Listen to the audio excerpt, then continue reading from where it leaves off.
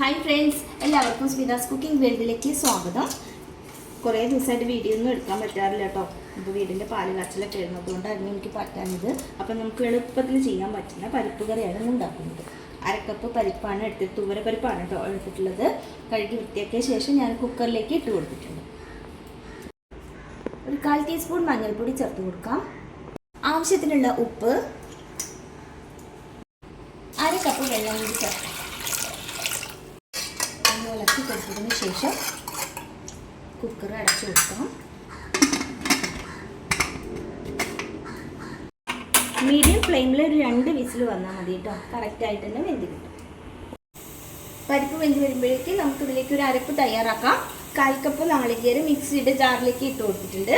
3 പച്ചമുളക്, നല്ല എരിവുള്ള പച്ചമുളകാണെങ്കിൽ 2 എണ്ണമൊക്കെ മതി കേട്ടോ. ഇതിപ്പോൾ എരിവ് കുറവാണ്, അതുകൊണ്ടാണ് ഞാൻ 3 എണ്ണം എടുത്തത്. 1/2 ടീസ്പൂൺ ജീരകം കൂടി ചേർത്ത് നന്നായിട്ടൊന്ന് അരച്ചെടുക്കാം.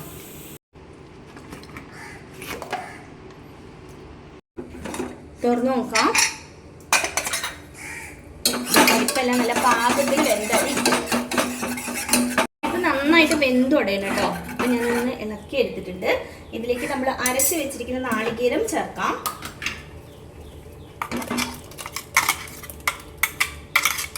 മിക്സിയുടെ ജാറിലേക്ക് കുറച്ച് വെള്ളം കൂടി ഒഴിച്ചു കൊടുത്തിട്ട്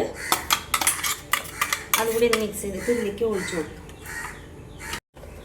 ഇതും കൂടി ചേർക്കാം.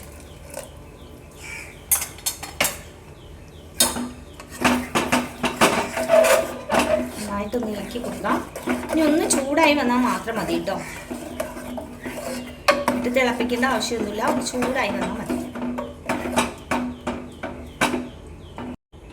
ഫ്ലെയിം ഓഫ് ചെയ്യാം. ഇനി കറിയിലേക്ക് നമുക്ക് താളിച്ച് ചേർക്കാം. ഒരു പാനിലേക്ക് കുറച്ച് വെളിച്ചെണ്ണ ഒഴിച്ചു കൊടുക്കാം. കടുക്, വറ്റൽമുളക്, കറിവേപ്പില, ഒരു 2 ചുവന്നുള്ളി ചെറുതാക്കി അരിഞ്ഞത്.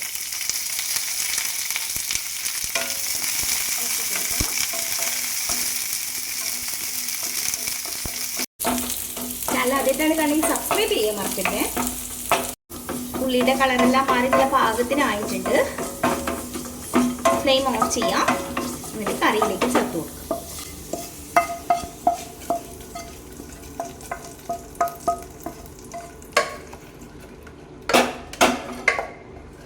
ചോറിൻ്റെ കൂടെ നല്ല കോമ്പിനേഷനാണ്. ട്രൈ ചെയ്ത് നോക്കൂ കേട്ടോ. വീഡിയോ ഇഷ്ടമായാലും ലൈക്ക് ചെയ്യാനും ഷെയർ ചെയ്യാനും കമൻറ്റ് ചെയ്യാനും ഒന്നും മറക്കരുത്. താങ്ക്